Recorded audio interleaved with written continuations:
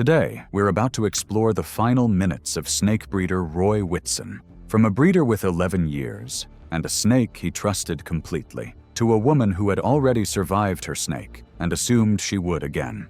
It starts in a basement outside Valdosta, Georgia, where a 6-week-old maintenance note was the only thing standing between routine and fatal. It was March 4th, 2015, on a rural property outside Valdosta, Georgia, 12 acres of pine and red clay well off the main road, with a single-story house sitting on a slight elevation above a low-lying tree line. The basement had been converted into a functioning reptile room. 2 walls of individual enclosures, a central workbench running the length of the space, and a wall-mounted climate unit, holding temperatures between 78 degrees Fahrenheit and 84 degrees Fahrenheit year-round. There was no secondary containment barrier between the enclosures and the rest of the basement, and no emergency equipment mounted anywhere in the room. Roy Witson was 52 years old and had worked most of his adult life as an independent exotic animal broker, sourcing reptiles through private channels and reselling them to collectors across the Southeast. He had no formal zoological credentials. What he had was 2 decades of hands-on experience and a working knowledge of venomous animals that most people in his field respected. He lived and worked alone on the property. No employees, no regular assistants, and no standing arrangement with anyone to check on him during the day. Weeks could pass,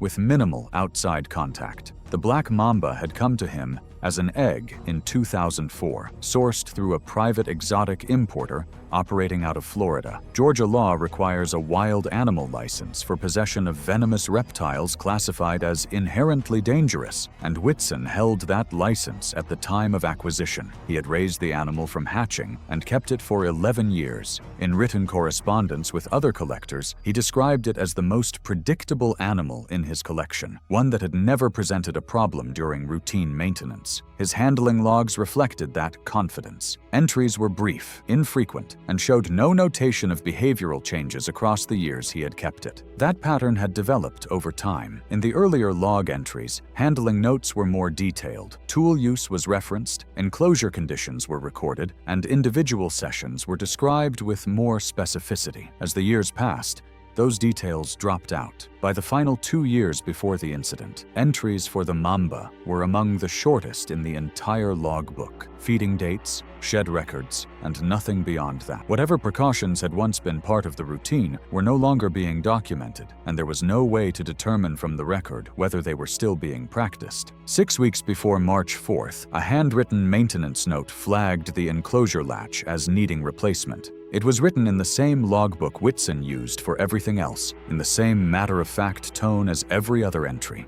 There was no follow-up notation. No replacement date was scheduled. The latch remained as it was through February and into the first days of March. Black mambas are native to sub-Saharan Africa and are among the fastest land snakes in the world, capable of short bursts approaching 12 miles per hour. Adults typically reach 8 to 10 feet in length and weigh around 3 to 3.5 pounds. Their venom is a fast-acting neurotoxin, primarily dendrotoxins, that begins disrupting nerve signal transmission shortly after injection. In an untreated adult who has received multiple full-dose bites, respiratory paralysis can develop within 30 to 60 minutes. The species is known to deliver more than 1 bite in a single encounter, and length of time in captivity does not reduce its defensive response. The animal reacts to perceived threat in an enclosed space the same way regardless of its handling history. For a man who had handled the same animal for 11 years without a single incident, was that record proof of skill or proof that he had stopped treating it as a threat? The encounter took place at the north wall enclosure.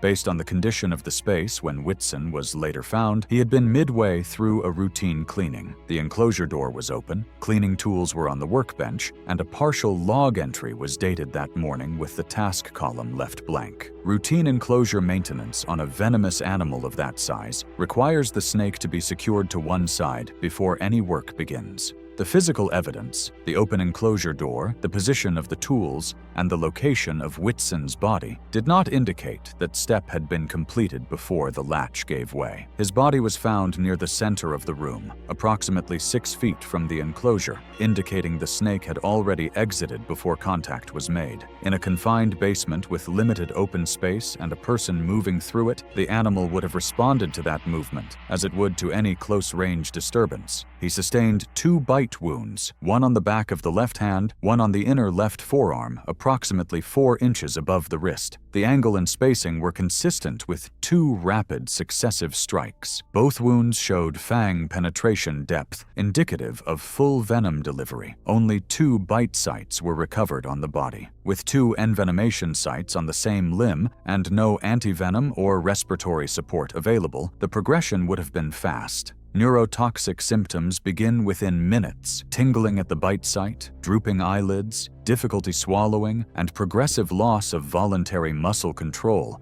as the toxin accumulates. Breathing becomes labored as the muscles controlling the chest wall and diaphragm lose function. Without intervention, the process continues until respiratory function stops. There was no phone near his body. The nearest one was upstairs. The snake was found coiled near the base of the workbench when responders entered the space. A neighbor came by that afternoon to return borrowed equipment, received no answer at the front door, and found the basement side entrance unlocked. He contacted emergency responders from outside the house. Whitson had been dead for an estimated 3 to 4 hours. Cause of death was confirmed as neurotoxic respiratory paralysis from black mamba envenomation. All 14 animals were removed and transferred to licensed facilities. A permit review found that Whitson's documentation had lapsed on 2 animals, including the mamba. The original acquisition had been legal, but the renewal cycle had been missed. The case was ruled an accidental death. No next of kin were identified in county records. 11 years with the same animal, and in the end, it was a 6-week-old maintenance note that made the difference.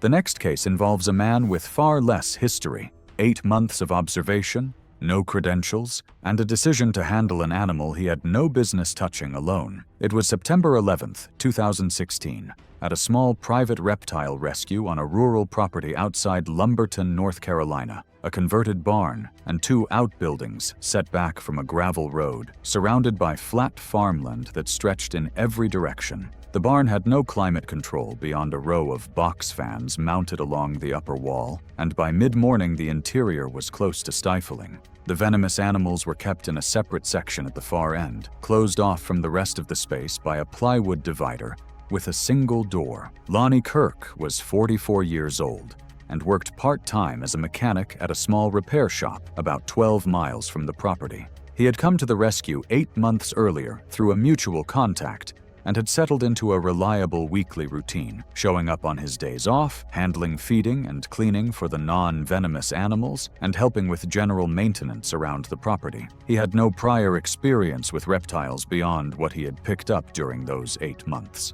He held no permits and had no formal training of any kind. The facility owner had shown him the basics of non-venomous animal care during his first few weeks and had allowed him to observe venomous feedings on several occasions after that. Those observations had always taken place with the owner present and directing the process. Kirk had watched the eastern diamondback fed on more than one occasion. He had seen which tools were used, how the enclosure was approached, and how the pre-killed prey was introduced.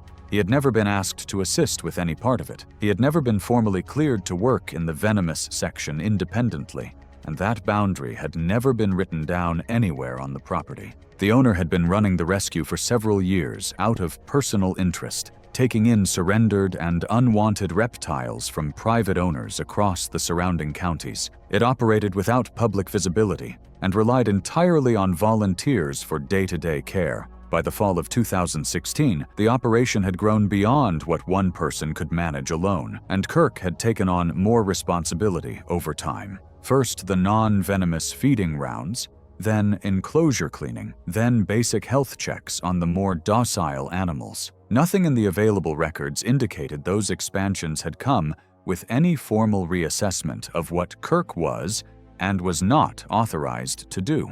On the morning of September 11th, The owner had left the property to handle a pickup about 40 miles away and was not expected back until early afternoon. No record or subsequent account indicated the owner had assigned Kirk any tasks involving the venomous section before leaving. He was the only person on site. Outside the eastern diamondback enclosure, a handwritten note indicated the animal had refused food on 2 consecutive attempts over the prior 2 weeks. The owner had placed it there as a monitoring flag, a reminder to observe the animal, not an instruction to act. A feeding refusal pattern of that kind in a captive rattlesnake is a recognized indicator of stress or elevated agitation. Kirk had seen the note on at least 2 previous visits.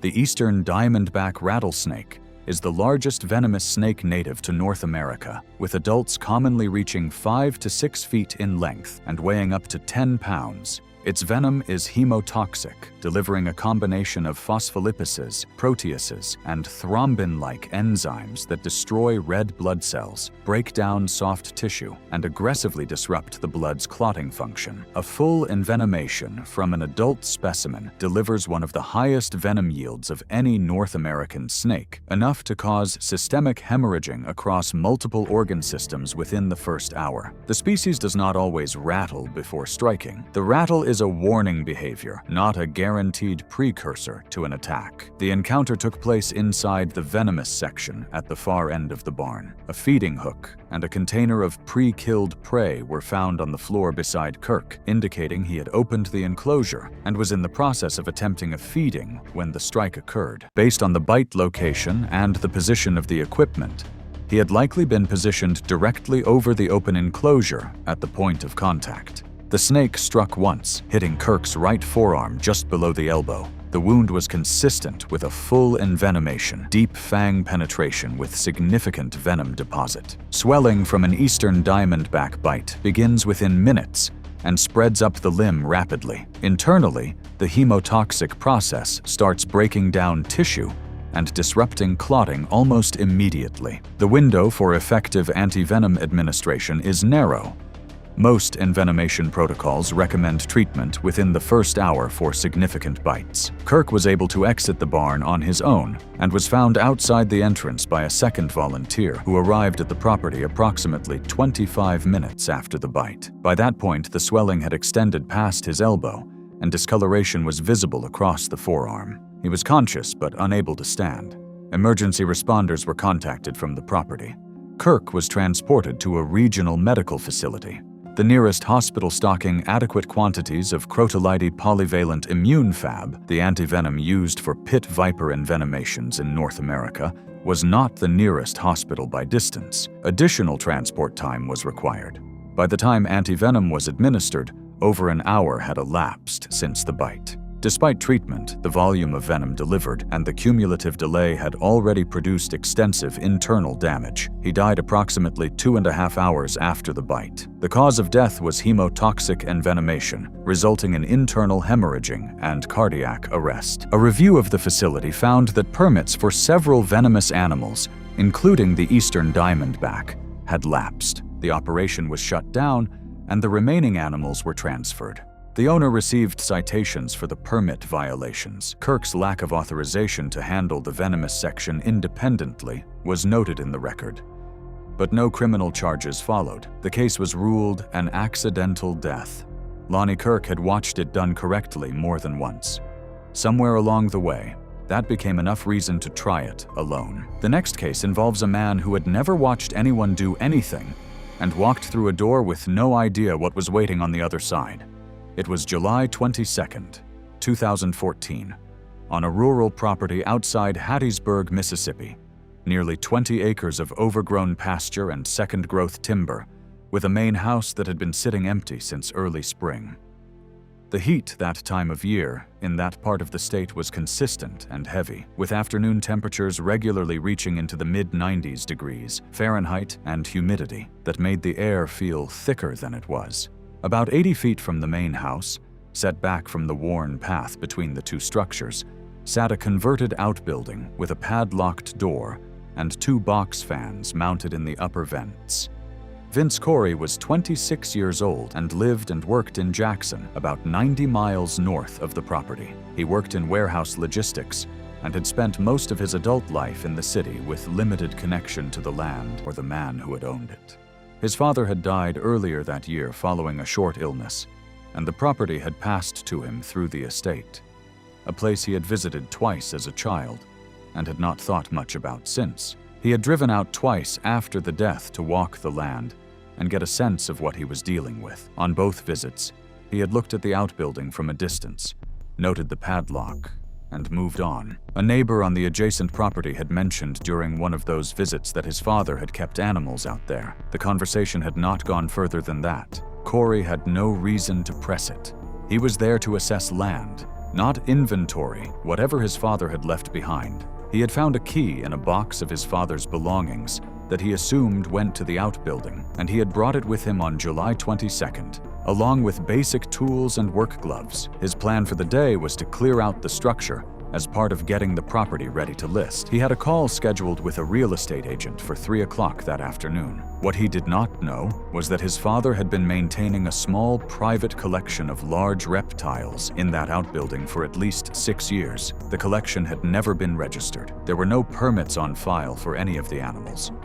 Feeding records recovered from inside the structure indicated the collection had included multiple animals at various points.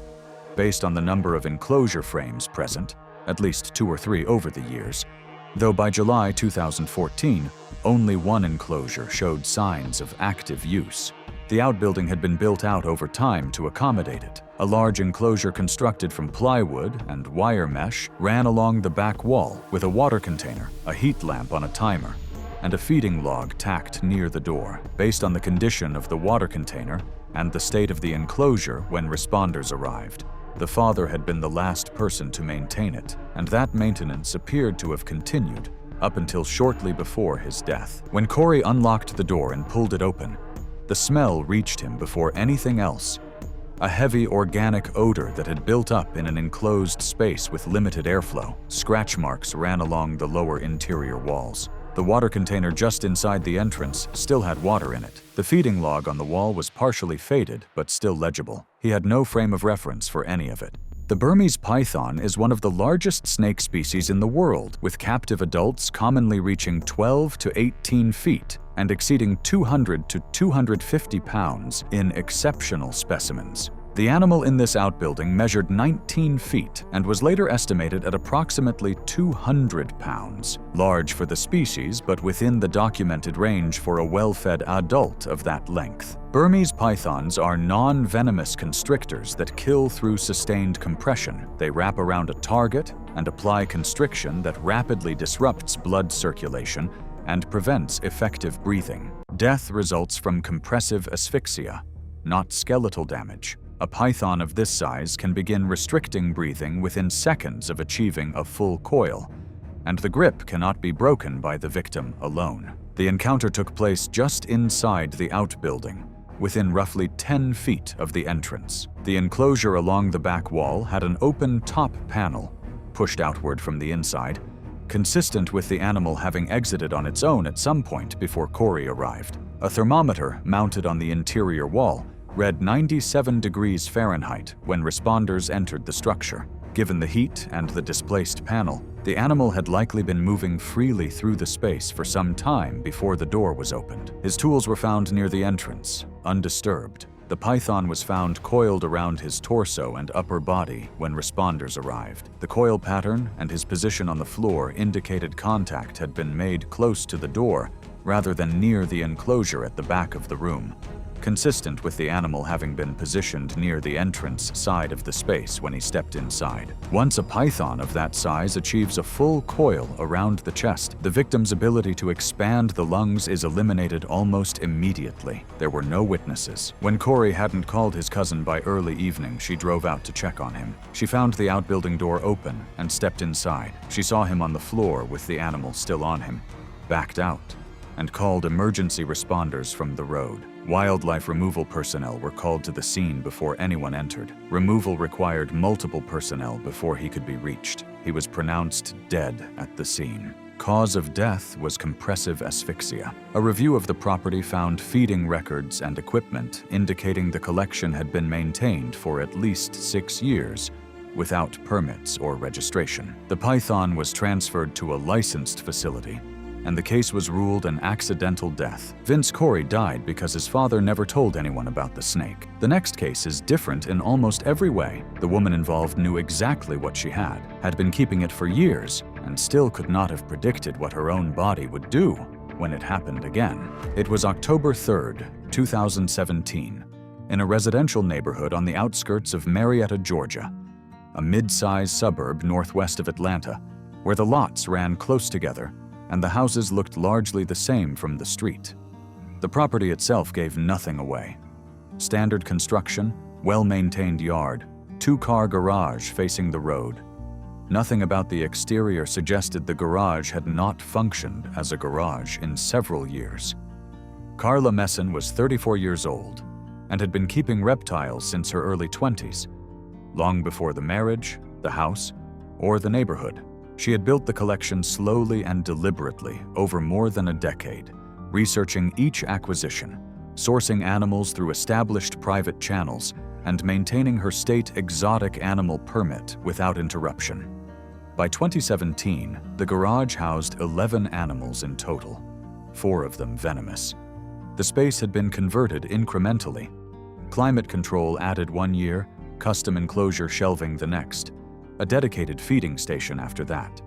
A logbook was kept on a shelf near the interior door connecting the garage to the house. It was current, detailed, and organized by animal.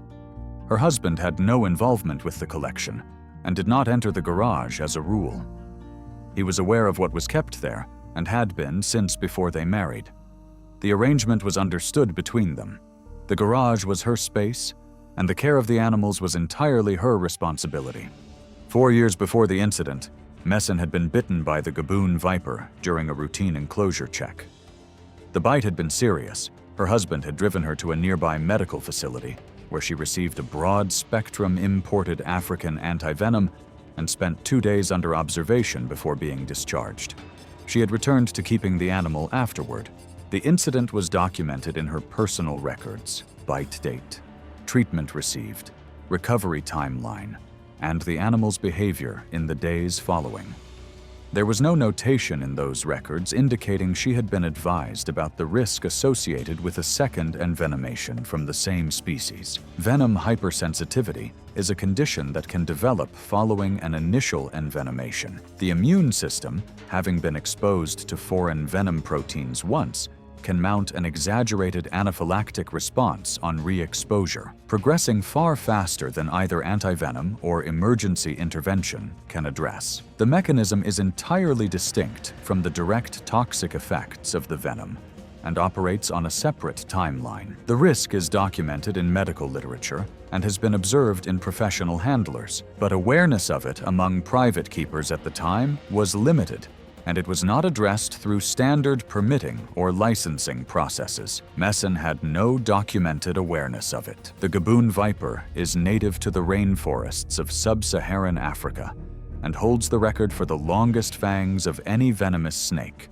up to 2 inches in large adults. Adults typically reach 4 to 5 feet in length and can weigh up to 18 pounds.